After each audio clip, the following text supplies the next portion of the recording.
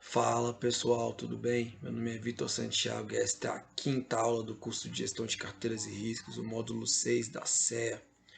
Nesta aula, vamos estudar a distribuição normal. Vamos juntar um pouco de algumas coisas que nós aprendemos até agora e vamos ver como isso pode nos ajudar na análise de investimentos. O slide para você acompanhar está aqui na descrição. Então, senhores, antes de estudarmos a distribuição normal, eu quero apontar um conceito importante. Uma variável aleatória, como o próprio nome diz, é uma variável no qual seu resultado é aleatório. Você não tem certeza do que vai acontecer. Tem apenas uma probabilidade, uma chance. Por exemplo, o resultado do lançamento de um dado é uma variável aleatória. Você não sabe qual será o resultado, apenas sabe que o dado tem 6 faces e que cada face tem uma chance. Isso é uma variável aleatória e ela pode ser classificada como discreta ou como contínua. Uma variável aleatória discreta assume um número finito de valores. Os valores são distintos e separados uns dos outros. Ela é discreta. Por exemplo, ações. A cotação de um papel varia de pelo menos 1 centavo em 1 centavo. Já uma variável aleatória contínua assume um número infinito de valores. Por exemplo, enquanto o preço de uma ação é uma variável discreta, o seu retorno é uma variável contínua, pois pode assumir qualquer valor. 0,586%, 0,587%, menos 1,783%, infinitos valores. Isso aqui é o símbolo de infinito. Olha. Então, esse é um dos motivos de nós trabalharmos com retornos e não com preços. Como eu falei, uma variável aleatória não tem um resultado definido. Seu resultado é incerto, é aleatório. Nós temos apenas uma chance, uma probabilidade. E no caso de variáveis contínuas, a distribuição normal é uma das mais utilizadas. Só um momento. Pronto. A distribuição normal é um modelo fundamental em probabilidades e inferências estatísticas. Sua origem se deu lá por volta de 1810 com o trabalho de Gauss sobre erros de observações astronômicas. Por isso, a distribuição normal é chamada de distribuição gaussiana ou distribuição de Gauss. Este é o gráfico da distribuição normal. Ele tem esse formato de sino, os dois lados são simétricos, são iguais, e a área total do gráfico representa uma probabilidade de 100% de ocorrência de um evento. E, bom, eu sei que é intuitivo, mas se a área completa vale 100%, metade vale 50% de probabilidade. No centro do gráfico, nós temos a média. À esquerda e à direita são os valores possíveis da nossa variável aleatória. Obviamente, nem todos os valores têm a mesma probabilidade. E é justamente o que esse formato da curva normal nos diz. Bom, pensa o seguinte, olha, a probabilidade é a área do gráfico, a área toda vale 100%. Essa parte mais alta mostra que a probabilidade de ocorrer esses valores mais próximos da média é muito maior do que algum valor extremo. Ou seja, se eu pegar algum dado, algum número qualquer, aleatoriamente, é muito mais provável que ele esteja situado aqui, próximo da média, do que algum valor extremo. Por exemplo, a altura média do brasileiro é por volta de 1,70 mais ou menos. Isso significa que a maioria das pessoas se encontram próximas dessa média, para cima ou para baixo. Suponha que aqui seja 1,90.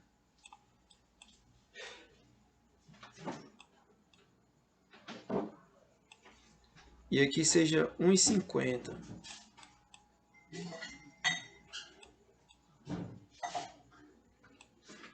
Se eu escolher uma pessoa aleatoriamente, a probabilidade de ela estar aqui próximo da média de 1,70 é muito maior do que se eu achar alguma pessoa aqui que tenha 2 metros e alguma coisa, que está mais afastado da média. A distribuição normal tem uma característica interessante.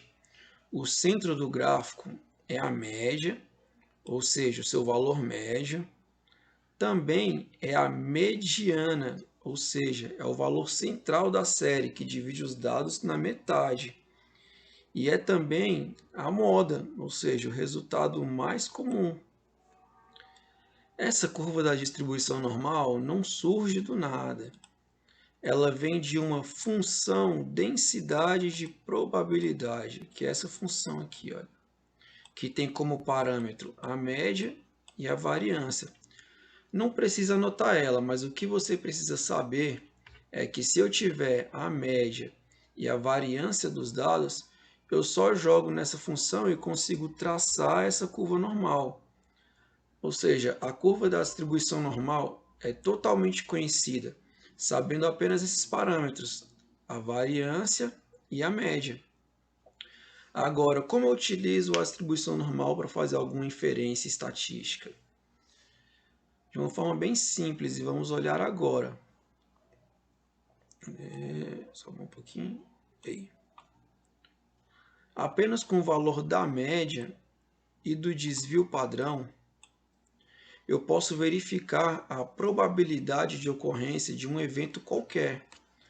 A média mais um desvio padrão e a média menos um desvio padrão mostram uma probabilidade de 68,26% de ocorrência de um evento.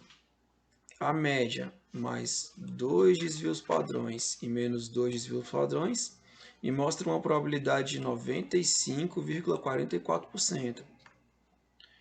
Mais três desvios padrões e menos três desvios padrões é a mesma coisa. A interpretação é a mesma, dá uma probabilidade de 99,73%. Conforme nós vamos colocando aqui, olha, 2 desvios padrões, 3, 4, 5, 10 milhões, nós vamos sempre achar 99,9999999 alguma coisa. Nunca vamos chegar em 100% na área total do gráfico. Isso é uma observação importante. Agora vamos analisar esses dois papéis aqui durante esse período. O papel da Magazine Luiza e da Via Varejo. Bom, nós temos aqui a média e o desvio padrão já calculados. Você já sabe fazer essa conta, então dá pause no vídeo e faça a conta aí direitinho. Eu não vou fazer aqui porque não é a ideia central, a ideia aqui é interpretar e analisar. Mas dá pause aí e faz aí. Então, olhando apenas essas medidas, nós percebemos que os dois papéis tiveram um retorno médio negativo durante esse período. Porém, o retorno médio da Via Varejo foi ainda pior do que o da Magazine Luiza e ainda oscilou mais, pois teve um desvio padrão maior. Agora, como isso pode nos ajudar na inferência sobre os retornos desses papéis? Vamos analisar primeiro a Via Varejo. Aqui temos a média e o desvio padrão do papel. Aqui vamos pegar nossa calculadora para poder montar esse gráfico aqui, mostrar para vocês como é que monta, ver que é bem tranquilo. F clear X para limpar a memória da máquina.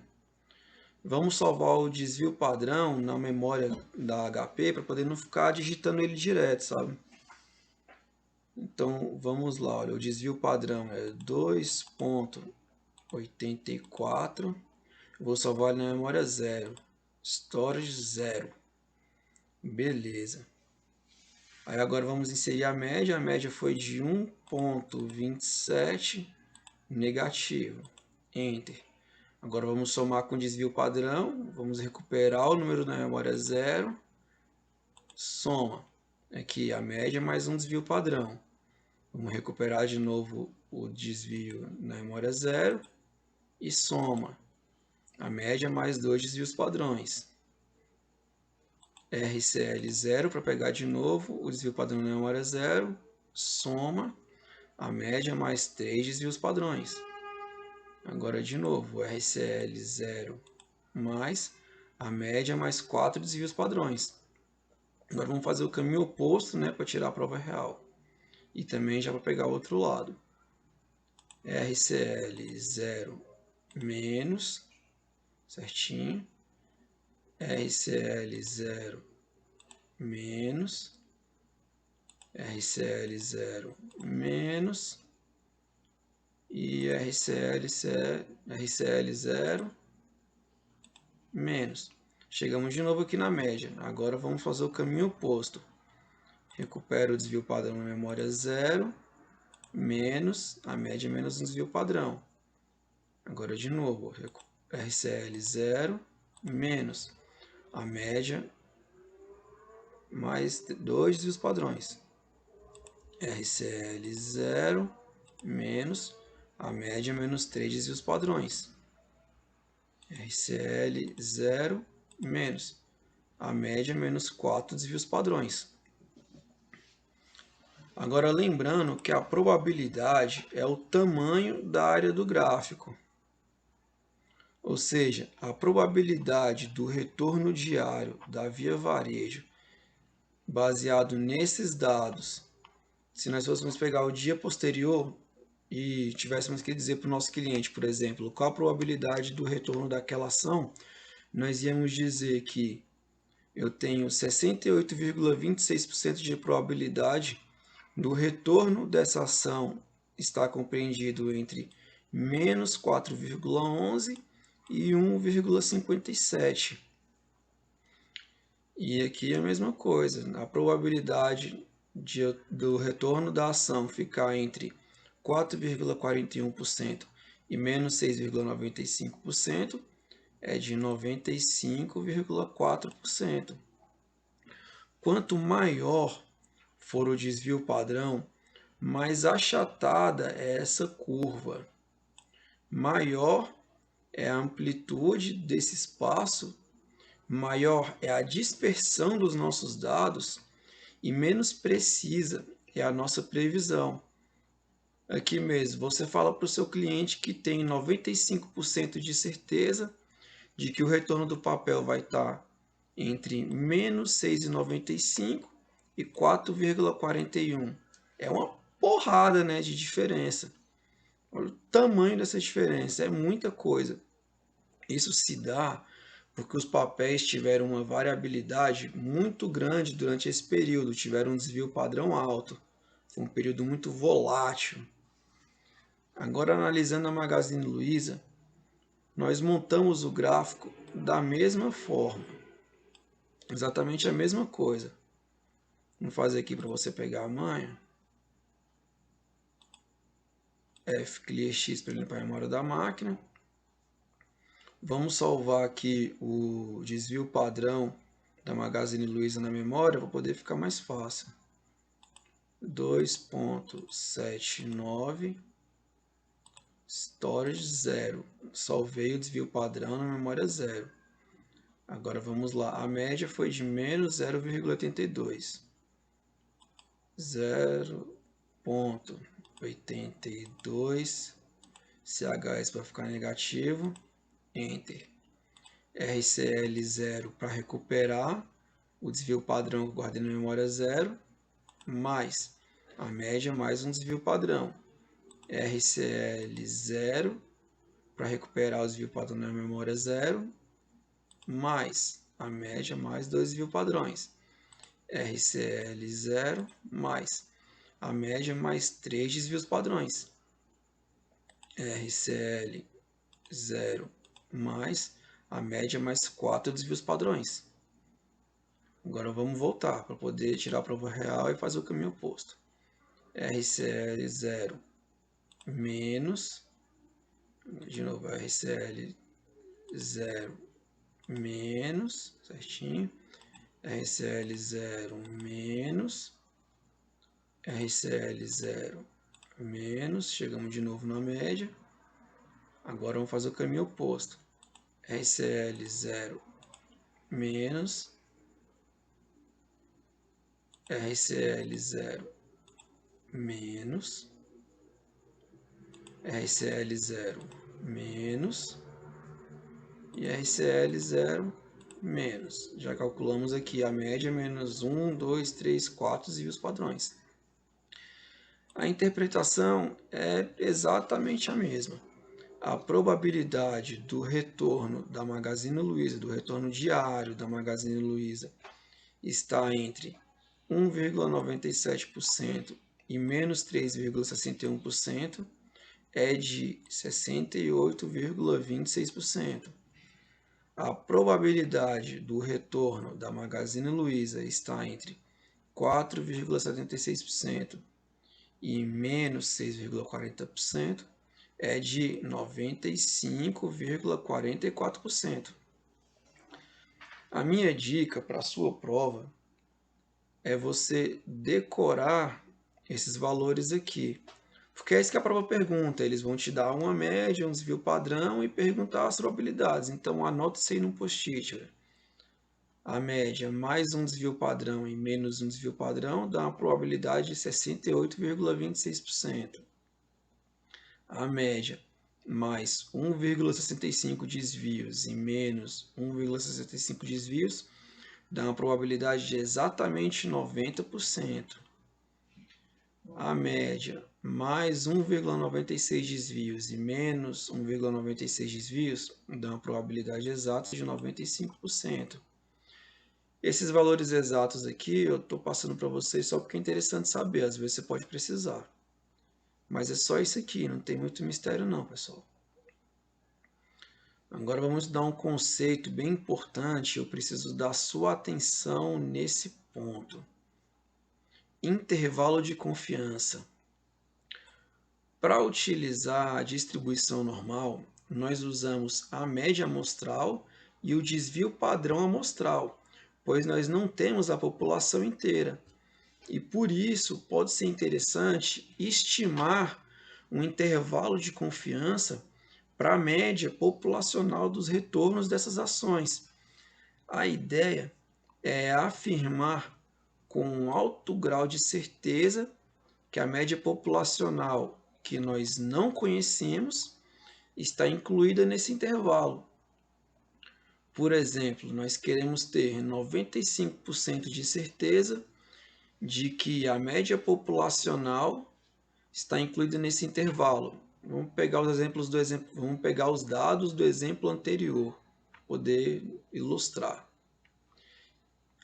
Essa daqui é a fórmula x mais ou menos 1,96. Esse 1,96 vem lá da distribuição normal.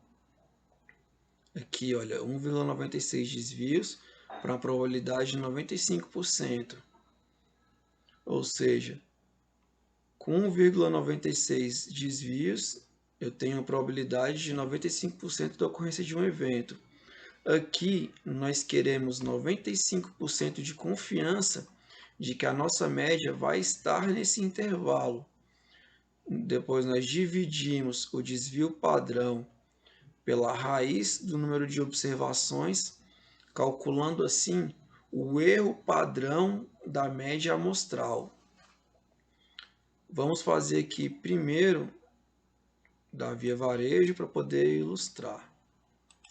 Pegar a calculadora. Deixa eu subir um pouquinho que está atrapalhando.